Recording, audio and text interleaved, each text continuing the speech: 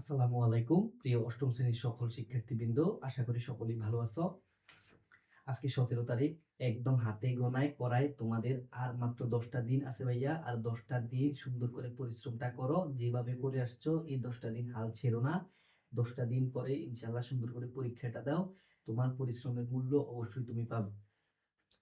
তোমরা ইতিমধ্যে বার্ষিক পরীক্ষা শেষ করে ফেলছো। আজকে ভাইয়া এই ভিডিওটিতে তুলে ধরবো এই শেষ 10 দিনে তুমি কি করবে কি করবে না, করণীয় গুলো বলবো, বর্জনীয় গুলো বলবো। তুমি সুন্দর করে শুরু থেকে ভাইয়ের সাথে ভিডিওটা দেখো, ভাইয়া কি বলতেছি জিনিসগুলো শোনো। একটু হলেও তোমার উপকার আসবে। তাহলে আজকে থেকে তোমাদের হাতে 10 দিন। এখানে ভাইয়া একটা বিষয় উল্লেখ করতে চাচ্ছি, অনেকে বার্ষিক পরীক্ষা দিয়ে একটু স্থির হইছো, পড়াশোনা থেকে হালকা দূরে চলে গেছো ভাইয়া। পড়াশোনা থেকে হালকা দূরে চলে গেলে, চলে যাওয়ার কারণে এখন পরীক্ষাটা যেহেতু আর 10 দিন পর, তোমাদের পরীক্ষা 21 তারিখ থেকে হওয়ার কথা থাকলেও পরে একটা সংশোধন আনছে, পরীক্ষাটা 28 তারিখ থেকে শুরু হবে। 28 তারিখ থেকে শুরু হওয়ার কারণে তোমার হাতে এখনো পর্যাপ্ত 10 দিন আছে ভাইয়া। এই 10 দিনকে সুন্দর করে প্রপার ভাবে ইউটিলাইজ করে সুন্দর একটা প্রিপারেশন নিয়ে পুরো প্রিপারেশনটাকে আরেকটু ঝালাই ফালাই করে পরীক্ষাটা আরেকটু ভালো দিতে পারবে। এখন ভাইয়ের কথা হলো যে, যে পড়াশোনা থেকে একটু দূরে চলে গেছো, সে এই মুহূর্তে পরীক্ষা তো অবশ্যই দিবে। আর তোমার প্রতিযোগী হচ্ছ তুমি নিজে। আগে এটা মাথায় রাখো, আমি কারোর সাথে প্রতিযোগিতা করব না, আমি আমার নিজের সাথে প্রতিযোগিতা করব। প্রতিযোগিতাটা যখন নিজের সাথে করতে পারবা, 100-তে সর্বোচ্চ একটা ভালো নাম্বারের প্রত্যেকটা পরীক্ষা তুমি দিতে পারবে। তাহলে তুমি ইনশাল্লাহ যেই টার্গেট তোমার বৃত্তি, ইনশাল্লাহ ওই বৃত্তি তুমি অর্জন করতে পারবে, আমি আশা রাখি। তাহলে ভাইয়া, শেষ 10 দিনে করণীয় এবং বর্জনীয় দিকগুলো একটু ভাইয়া বলতেছি, তুমি শোনো। এখানে দুইটা ক্যাটাগরির স্টুডেন্ট আছে ভাইয়া। একটা হচ্ছে যে ভাইয়া, আমি আসলে বৃত্তির জন্য খুব সিরিয়াস, তোমাদেরকে আগেই কনগ্রাচুলেশন। মানে পরীক্ষা শেষ, এই নাছর বান্দা আল্লাহ রহমতে ক্লাস 8-এ বার্ষিক পরীক্ষার পরও সবাই এদিক সেদিক ঘুরতে গেছে, ও যায়নি। এই জন্য ওকে আমার পক্ষ থেকে একটা অভিনন্দন। কিন্তু যে একটু ফাঁকিবাজি করছো ভাইয়া, এদিক সেদিক ঘুরছো, এখন আবার 10 দিন সামনে হাতে আছে, 10 দিন। এখন এই 10 দিনে কি করতে চাইতেছো ভাইয়া? এই 10 দিনে তুমি চাইতেছো যে পরীক্ষা তো যেহেতু সামনে দিবে, এই 10 দিনে প্রিপারেশন যেগুলো কয়েকদিন ঘাটতির কারণে যে প্রিপারেশনটা নিতে পারো না, এই 10 দিন আউটপুট এনে এই প্রিপারেশনটা সুন্দর করার জন্য তুমি এখন কি তোমার চেষ্টা হয়ে দাঁড়াচ্ছে। এখন যে শুরু থেকেই আছে ইনশাল্লাহ, সে একটা রিভিশনের উপর চলতেছে। এখন আমি তো আশা রাখি সবাই বেসিক নিয়ে দৌড়াদৌড়ি করতেছো না, সবাই রিভিশন নিয়ে দৌড়াদৌড়ি করতেছো। এখন রিভিশনটা তার একটু ভালো হচ্ছে। এখন যে ভাই একটু ফাঁকিবাজি করছো, আলটিমেটলি বলাই চলে ভাইয়া, তুমি একটু বেশি পড়তে হবে। এই 10 দিন সুন্দর করে একটু বেশি পড়তে হবে। যেহেতু ডিসেম্বর মাস, একটা বৃত্তি পরীক্ষা, জুনিয়র বৃত্তি পরীক্ষা, এটার জন্য অনেক কিছু স্যাক্রিফাইস করছো। আর 10টা দিন স্যাক্রিফাইস করো। আর 10টা দিন স্যাক্রিফাইস করে ওই কাঙ্ক্ষিত ফলাফলটা অর্জন করে তোমার ফ্যামিলিকে ওই কাঙ্ক্ষিত ফলাফলটা এনে দাও, তাহলেই তোমার কাছে ওই প্রাপ্যতাটা থাকবে। এখন দেখো ভাইয়া, তোমার তুমি জানো ভাইয়া, তোমার কয়টা বিষয় পরীক্ষা হবে? 5টা বিষয়। কয় দিনে পরীক্ষা হবে? 4 দিনে। বাংলা, ইংরেজি, গণিত, তারপরে হচ্ছে বিজ্ঞান এবং বাংলাদেশ ও বিশ্ব পরিচয়। এই 4টা ভাগে 5টা বিষয় তোমার পরীক্ষা হবে ভাইয়া। এখন তোমাকে যে জিনিসটা বলবো, আগামী 10 দিন,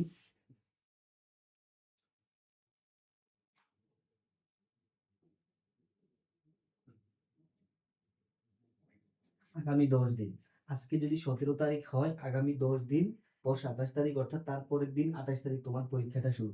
আগামী 10 দিনে তোমার একটা মাস্টার প্ল্যান করো ভাইয়া।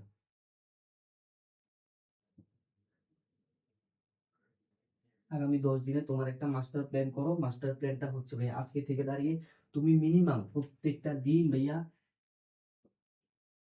8 ঘন্টার একটা রুটিন সেট, 8 ঘন্টার একটা রুটিন সিলেক্ট করো ভাইয়া।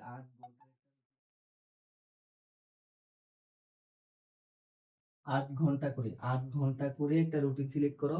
আমি জানি এখানে অনেক স্টুডেন্ট আছে তার চেয়ে বেশি পড়বে। তুমি ইউটিউব বা অনলাইন এই জিনিসগুলা বাদে নিজে নিজে বইয়ের সাথে সম্পর্কটা 8 ঘন্টা, যে আমি প্রত্যেকটা দিন কোনো মোবাইল ফোন বা কোনো ডিভাইস ছাড়া আমি ডিরেক্ট 8টা ঘন্টা পড়তেছি কিনা, এই জিনিসটা এনশিওর করো। এখন যে একটু 5-6 দিন পরীক্ষার পরে একটু প্রশান্তির জন্য এদিক সেদিক ফাঁকিবাজি করছো, সে সে আরেকটু বেশি করে সময়টা নাও, নিয়ে কাভার করে ফেলো। দিন শেষে শেষ ভালো যার সব ভালো তার। এখন দেখো ভাইয়া, 8 ঘন্টা তুমি রুটিনটা সিলেক্ট করো। তুমি জানো তোমার পরীক্ষা হবে বাংলা, ইংরেজি, গণিত, বিজ্ঞান বা অবি। ভাইয়ের কথাটা শুনো আগে। দেখো ভাইয়া, এই দুইটা বিষয় আছে না, এই দুইটা বিষয় থেকে তোমার আসবে 100 মার্ক। বলো, এই দুইটা বিষয় পড়া বেশি না কম? একটা বিষয় থেকে 100 মার্ক আসলে ওইখানে তোমার বিষয়টা কি, এক বিষয় থেকে তুমি পড়ে 100 মার্ক পাইতেছো। এখন এই দুইটা বিষয় ভালো করে পড়ার পর তুমি কত মার্ক পাবে? 100 মার্ক পাবে। কিন্তু ভাইয়া দেখো, এখানে গণিত আলাদা করে একটা বিষয়, এই একে পড়লেও তুমি 100 মার্ক পাইতেছো, এই দুইটাকে পড়লেও 100 মার্ক পাইতেছো। তার মানে কি, তুমি সময়টা এর পিছনে একটু বেশি দাও। ভাইয়ের কথা বোঝাতে চাচ্ছি, এই এই জিনিসগুলা বিজ্ঞান বা অবি, এই জিনিসগুলো হচ্ছে রিডিং ওয়াইজ। এই জিনিসগুলা তোমার আগে থেকে বেসিক ঠিক থাকলে তুমি শুধু কি করবে, আগের রাত বা তার আগের রাতে কি করবে, শুধু ভাইয়া বোর্ড কোশ্চেন গুলা প্র্যাকটিস করবে। ভাইয়া বোর্ড কোশ্চেন গুলা কি, ভাইয়া তোমাকে বলতে চাচ্ছি যে তুমি কি করবে, সবাই তো এখন রিভিশন পর্যায়ে আছো ভাইয়া, এখন তুমি কি ধরে ধরে বই প্রত্যেকটা লাইন পড়বে না, অত জটিলে যাওয়ার দরকার নেই। তুমি স্মার্টলি পড়ো ভাইয়া। পড়তে হবে কিরকম ভাইয়া? স্মার্টলি। স্মার্টলি আমি বলবো, এই স্মার্টলির ভেতরে কি হয়, তুমি তোমার টেস্ট পেপার আছে না ভাইয়া, টেস্ট পেপারের শুধু সৃজনশীল গুলা সলভ করো। এখন সৃজনশীল গুলা কি, বিগত বছরে যেরকম জেএসসি পরীক্ষা হতো, জেএসসির যতগুলো সৃজনশীল আসছে, জেএসসি সৃজনশীল গুলা এবং বিভিন্ন বিখ্যাত স্কুলের যে সৃজনশীল গুলো আছে, এগুলাই বারবার দেখো, এগুলা দেখবে, এগুলাই ভালো রিভিশন, এগুলার উপরে কোনো রিভিশন হয় না, এর বাইরে তোমার কোনো কোশ্চেন করতে পারবে না। ভাইয়া বলছি, ভাইয়ের কথাটা শোনো। এখন কি করবে ভাইয়া, এই জিনিসগুলোতে একটু কম সময় দাও, বিজ্ঞান বা অবি। এখন ভাইয়া বা অবি থেকে বিজ্ঞানে একটু বেশি সময় দাও, বা অবিতে একেবারে কম সময় দাও। কারণ এই জিনিসগুলা হয়ে যাবে, এই জিনিসগুলো তো প্র্যাকটিসের বিষয় না। এখন দেখো ভাইয়া, বাংলা, বাংলা তো তুমি জানো, বাংলা আবার দুইটা অংশ, বাংলা প্রথম, বাংলা দ্বিতীয়। ইংরেজিও সেম ভাইয়া, ইংরেজিও সেম, ইংরেজি প্রথম, ইংরেজি দ্বিতীয়। তাহলে দেখো গণিত, ওর প্রথম দ্বিতীয় কিছু নেই, ও একটা মাত্র বিষয় যেখানে ওর থেকে 100 মার্ক আসবে। আর তুমি জানো এর চারটা বিভাগে ভাগ করা হয়েছে, এই চারটা বিভাগ থেকে কত মার্ক আসবে ভাইয়া? চারটা সৃজনশীল আসবে, তারপরে একটা সৃজনশীল আসবে বেশি। ওটা কোন বিভাগ থেকে আসবে, পরীক্ষার প্রশ্নে দেওয়া ছাড়া তুমি বলতে পারবা না কোন বিভাগ থেকে আসবে। তাহলে তোমার উচিত কি, তোমার উচিত সবগুলো সৃজনশীল ভালো করে করা। সবগুলো সৃজনশীল, মনে করো তুমি পরিসংখ্যান, পরিসংখ্যান এখানে একটাই বিভাগ, পরিসংখ্যান ভাইয়া এখানে কয়টা বিভাগ? একটাই বিভাগ,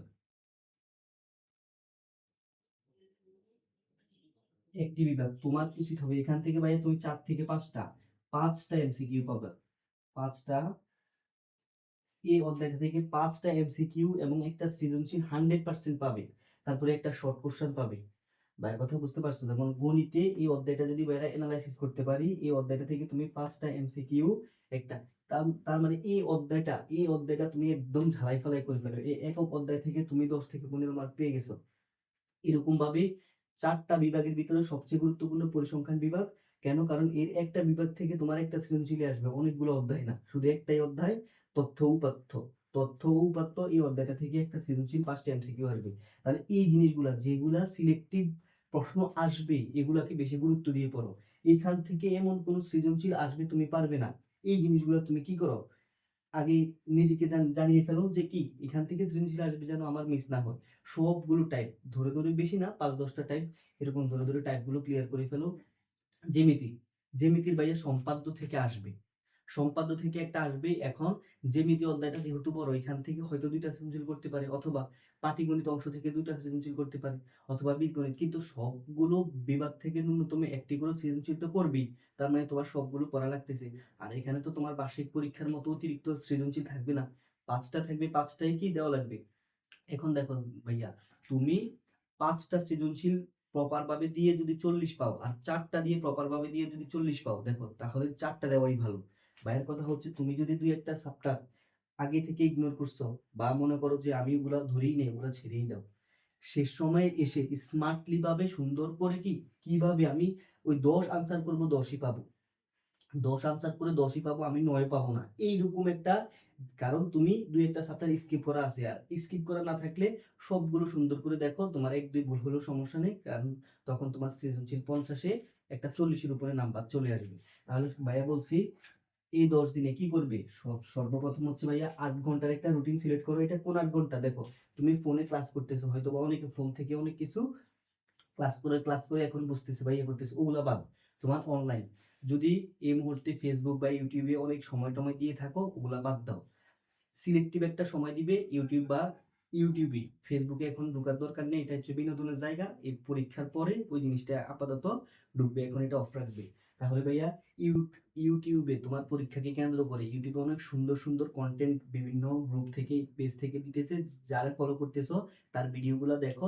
তবে ভাইয়ার একটা ইয়ে থাকবে যে তুমি 8 ঘন্টা যেন টানা তোমার বইকে সময় দিতে পারো, কোনো ডিভাইস কোনো কিছু ছাড়া, সবকিছু সাইডে ফেলে বইয়ের সাথে তোমার সাথে সম্পর্ক থাকবে 8 ঘন্টা বা তার উপরে।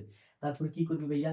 আপাতত তুমি বাংলাদেশ বিজ্ঞান, বিশ্ব পরিচয় এবং বিজ্ঞানকে একটু কম সময় দাও, সবচেয়ে বেশি সময় দিবে গণিতকে। কারণ গণিতে তুমি 100-তে ভাইয়া 90-এর উপরে নাম্বার পাওয়ার খুব পসিবিলিটি আছে ভাইয়া। 90-এর উপরে নাম্বার পাওয়ার খুব পসিবিলিটি আছে, কারণ এখানে নাম্বার কমতি কমতি নেই।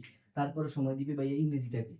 তুমি জানো ইংরেজি যেই গ্রামার আইটেম গুলো পড়ছো, যেই গ্রামার আইটেম গুলো বার্ষিক পরীক্ষার জন্য পড়ছো, ওই গ্রামার আইটেম গুলো দেখবে, ওগুলা থেকে প্র্যাকটিস করবে ভাইয়া। তবে বারবার একটা কথা বলবো, এখন তুমি বেসিক পড়ার তো তোমার সময় নেই, এটা তুমিও জানো ভাইয়াও জানি। এখন শুধু রিভিশনের সময়। কিভাবে রিভিশন দিবে? টেস্ট পেপার আছে না ভাইয়া, টেস্ট পেপার গুলো শুধু সলভ করবে, বারবার বারবার শুধু দেখবে। দেখবে তোমার অনেক কিছু আগে থেকেই জানা। তোমার মনে হবে হায় আমি মনে হয় ভুলে গেছি, না ভাইয়া কিছুই ভুলো নাই, তোমার অনেক কিছু আগে থেকেই জানা। ওই জিনিসগুলোই জাস্ট শুধু তুমি বারবার পড়বে, পরীক্ষাটার দিন পর্যন্ত যেন মাথায় থাকে। বুঝতে পারছো? এই জন্য তোমার মনে হবে যে কি আমি সবই ভুলে গেছি, আসলে কিছুই ভুলো নাই ভাইয়া। তোমার সবকিছুই মাথায় আছে, শুধু বারবার রিভিশন দাও যেন কি জিনিসগুলো আরো কনফিডেন্সের সহিত তোমার মাথায় থাকে। তারপরে কি করবে ভাইয়া? সবচেয়ে প্রায়োরিটি দিবে কাকে? গণিতকে। তারপরে ভাইয়া ইংরেজিকে। এই দুইটা সাবজেক্ট যদি ভাইয়া তুমি ক্লিয়ার করে রাখতে পারো, এই দুইটা সাবজেক্ট তোমার আয়ত্তে আছে, মানে তুমি 100% ক্লিয়ার। এই গণিত এবং ইংরেজি আমার অনেক কিছু শেষ করা আছে, দেখবা তোমার ভিতরে একটা কনফিডেন্স গ্রো করবে। কনফিডেন্স কনফিডেন্স গ্রো করবে যে আমার পড়াই শেষ। তারপরে দেখবে যে বাংলা, বিজ্ঞান বা অভিজ্ঞ, এর জন্য যদি তুমি শুধু 2টা দিন সময় বরাদ্দ রাখো, এর জন্য পুরো একটা বছর তো পড়ছো ভাইয়া জানি। আর এখানে তো 25%, অর্থাৎ প্রথম দিকে সিরিয়াল গুলাই পরীক্ষা দিবে। তোমরা তো বৃত্তি পরীক্ষা তো সবাই দিবে না। আর ইনশাল্লাহ আমি বলবো তোমরা শুরু থেকে যে পড়ছো অনেক ভালো করেই পড়ছো বা পড়া আছে। তাহলে তুমি যদি শেষ 2টা দিন এগুলো একটু রিভিশন দিতে পারো, তুমি এই 2টা দিন এগুলা যেটুকু রিভিশন দিতে পারবে ভাইয়া, এই 6-7 দিনে এগুলা ততটাই রিভিশন দিতে পারবে। কিন্তু শুধু 2 দিন যদি এই 2টা বিষয়ের জন্য বরাদ্দ রাখো, তাহলে মনে হবে যে তোমার কাছে অনেক কম সময় রাখছো। এই এই 6-7 দিনের পড়া তুমি এই 3টা বিষয় সময় দাও, 2 দিনে পড়তে পারবে। তাহলে তোমার হাতে এখনো ভাইয়া অনেক সময় আছে, অনেক। 10 দিন মানে অনেক সময়। কেন অনেক সময়? কারণ তোমার অলরেডি সব পড়া শেষ। এমন না যে তোমাকে বাজার থেকে একটা তথাকথিত বই এনে দিছে, বলছে এই 10 দিনের ভিতরে এটা শেষ কর, না। সব তোমার পড়াই, তুমি গত 1 বছর এটা নিয়ে পড়ছো, এগুলো তুমি সবই জানো। এই জন্য ভাইয়া বলছি সর্বপ্রথম গণিত এবং ইংরেজিকে বেশি প্রায়োরিটি দিবে। এখন দেওয়ার পরে যখন পরীক্ষাটা নিয়ে করে চলে আসবে 2 বা 3 দিন এরকম আছে, তারপরে কি করবে? এর মাঝে মাঝে দেখো ভাইয়া, তুমি গণিত ইংরেজি পড়ে পড়ে বোর হয়ে গেছো, গণিত দিয়ে ধরবে, অনেকের গণিত ফেভারিট সাবজেক্ট। তারপরে ইংলিশটা ধরবে, যখন ভালো লাগবে ইংলিশটা, এখন বোর হয়ে গেছো, একটু বাংলাটা পড়ে নাও। বাংলাটা পড়ে পড়ে ফেলছো। তারপরে দেখো আরেকদিন গণিত দিয়ে ধরছো, ইংরেজি পড়ছো, বোর হয়ে গেছো, বা ওবিটাও ধরে নাও, বিজ্ঞানটা ধরে নাও। এইভাবে সুন্দর করে কি করবে? এইভাবে সুন্দর করে তুমি পড়াটা এগুলা একটু একটু একটু একটু করে প্রত্যেক রাত দেখে ফেলবে। লাস্ট 2 থেকে 3টা দিন ভাইয়া, লাস্ট 2 থেকে 3 দিন এই এই বিষয়গুলোকেই ধরবে, গণিত আর ইংরেজি ধরার দরকার নেই। এই কয়দিন ভালো করে এগুলাকে শেষ করে ফেলো, আরেকবার রিভিশন দিয়ে লাস্ট 2 থেকে 3 দিন এগুলাকে ধরবে। ধরার পরে দেখবে তোমার সুন্দর একদম পরীক্ষার আগের রাত বা আগের দিন পর্যন্ত রাখবা না, তার আগের দিন পর্যন্ত সবগুলো পড়ে ফেলবা। মনে করো ভাইয়া এখন আজকে 17 তারিখ, এখন থেকে 25 তারিখ পর্যন্ত তুমি সবচেয়ে বেশি গুরুত্ব দিবে ইংরেজি এবং গণিতকে। কেন? কারণ গণিত পিওর সাবজেক্ট, এটাতে সুন্দর করে নাম্বার উঠানো যায়।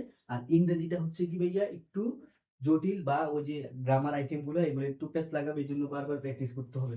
তারপরে দেখো ভাইয়া, আজ আজকে 17 তারিখ, আজ থেকে 24 তারিখ পর্যন্ত পড়বা ভাইয়া। 24 তারিখ পর্যন্ত পড়লো, হ্যাঁ এখনো 6-7 দিন পাইতেছো। আর এর মাঝে মাঝে এই জিনিসগুলো একটু একটু দেখবে, বাংলাদেশ বিশ্ব পরিচয় বিজ্ঞান বাংলা। তারপর 24 তারিখের পরে কি করবে? 25 এবং 26 এই 2 দিন, 25 এবং 26 এই 2 দিন এই 3টা বিষয় দেখবে। দেখবে ভাই তুমি পারবে। তারপরে কি করবে?